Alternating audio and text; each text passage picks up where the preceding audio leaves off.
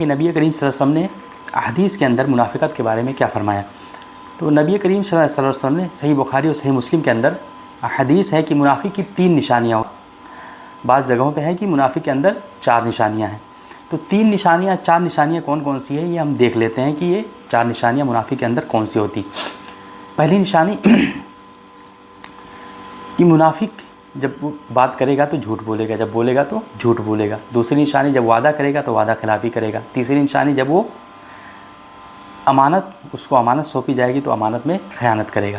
اور چوتھی نشانی یہ ہے کہ جب وہ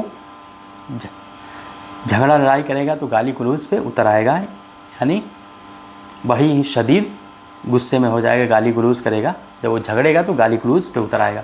تو یہ 4 نشانیاں منافق کی ہیں. اب ہمیں یہ سمجھنے کی ضرورت ہے کیا یہ 4 نشانیاں ہمارے اندر ہیں. ہمیں یہ جاننے کی ضرورت، ہمیں جائزہ لینے کی ضرورت ہے کیا ہمارے اندر یہ 4 نشانیاں پائی جاتی ہیں. کیا ہمارے اندر ان میں سے کوئی ایک نشانی پائی جاتی ہے. اگر ان میں سے کوئی ایک نشانی ہے، اگر ہم توبہ نہیں کرتے ہیں تو ہمارے اندر کچھ نہ کچھ منافقت ہے. اگر ہم توبہ کر لیتے ہیں تو وہ ختم ہو جائے گی.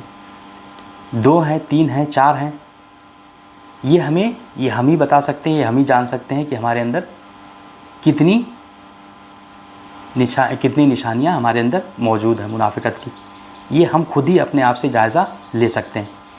اب جب ہم معاشرے کے اندر دیکھتے ہیں تو معاشرے کے اندر ہمارے مسلمان طبقہ جو ہے، ہمارا مسلم معاشرہ جو ہے، اس معاشرے کے اندر ایک دم سے جھوٹ عام ہے، وعدہ خلافی عام ہے، اور گالی گلوچ جھگڑا لڑائی عام ہے، فتنہ فساد عام ہے. جب اسے کوئی امانت دی جاتی ہے تو اس میں امانت میں خیانت بالکل عام ہے. مطلب اکثریت اگر دیکھا جائے تو یہ اکثر یا بیشتر لوگ اس میں مبتلا ہیں.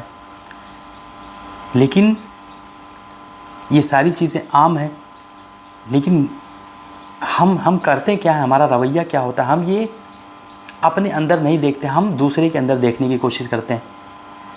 ہم دیکھیں گے فلاں یہ تو جھوٹا ہے، ہم کہیں گے فلاں یہ تو وعدہ خلافی کرتا ہے، ہم کہیں گے فلاں یہ تو امانت میں، ہم کہیں گے فلاں یہ گالی گلوچ کرتا ہے، جھگڑا کرتا ہے. ہم اپنے آپ کو دیکھنے کے بجائے دوسروں کو دیکھتے ہیں.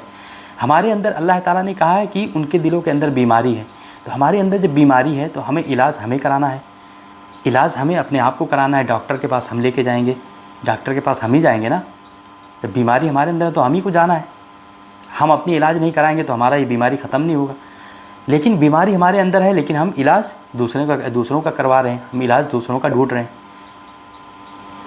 تو یہ ہمارا رویہ ہے، یہ ہمارا رد عمل ہے.